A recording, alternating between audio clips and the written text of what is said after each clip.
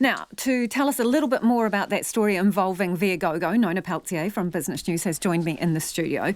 So can we say it's somewhat settled, It's Nona? somewhat settled because there's a substantive case yet to come, and that's going to happen in August. So there are still a number of issues to be addressed. The Commission received some 950 complaints about this particular operator that sold Explain events. to us what they do again. Yeah, so what they do is an online, seller of tickets. And potentially a reseller.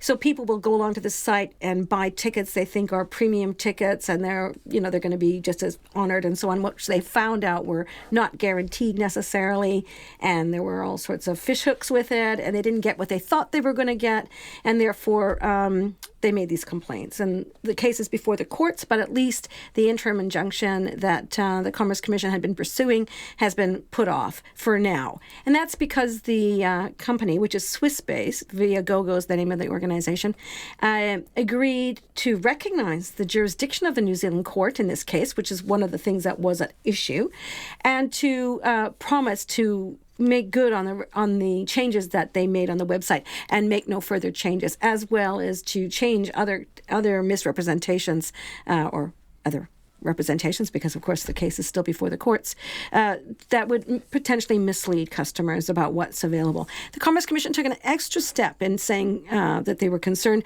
by suggesting that when people do Google or whatever they're going to use, search engine, to look for tickets, that they be careful about where they buy them from, and to scroll down to a recognized, reputable seller that's one that has a name that they would associate with ticket sales rather than Viagogo necessarily. So the Commerce Commission is still very concerned, is still warning customers about the potential risks, but for now they've called a truce.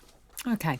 Right. With COVID-19, there's a lot of advice going around, especially for businesses. And this time, some is coming in relation to the banks. What is it? Yeah. So yesterday, the Kiwi Bank said that they would be happy for customers, businesses, to contact them before they run into trouble to see how they can help. Today, the Prime Minister went further and said the banks should actually be reaching out to the businesses, telling them how they can help, and to give the businesses some confidence that there is help out there, so they just can then respond to what the banks have to offer. So proactively contact your customers. Yeah. So they're saying to the banks, it's on you. You go out there and you tell your business customers what you can do to help them, rather than leave it for businesses to scramble around and find out what that might be. So that's interesting, yeah.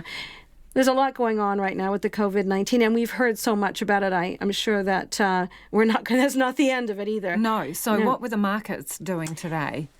Actually, quite a good day on the markets. We had the fourth positive session in a row. And that's in line with Asia as well. So Asia's done well. We're doing well too. Our market rose nearly 2%. That's where it ended the day, up 223 points to 11,641. And the Australian market was also better, up 1%. Asian markets also up. And really following on from a very strong bounce in the U.S. markets. Were there any particular drivers in the gains? Yes, there were. So I think what it was basically that there's been, of course, in the middle of all of this, there's a U.S. election coming up. Of course. And there was some concern about who might be the Democratic Party's nominee. The Joe Biden factor. The Joe Biden, what do they call it? The Joe Biden factor, I was just saying. So yes. The fact that he potentially is pulling away from Bernie Sanders, and the market likes that better. Yeah, more moderate. And of course, Bloomberg threw support behind him, as did two other leading candidates. And so now it's really I shouldn't say that because there is three people in the race. But however, Biden is on top at the moment, and the market loved that, and it went wild. I mean, you would have to say that. It surged 4.5%. That's the Dow Jones Industrial Average.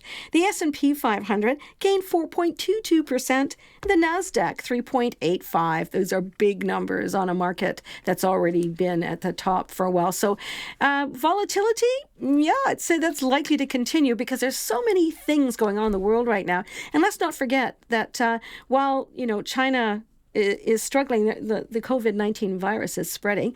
And New Zealand at the moment, we're at our peak harvest. So there's a lot of issues coming down the line there in terms of supply, storage, and so on. We're going to have a lot more on that coming up tomorrow.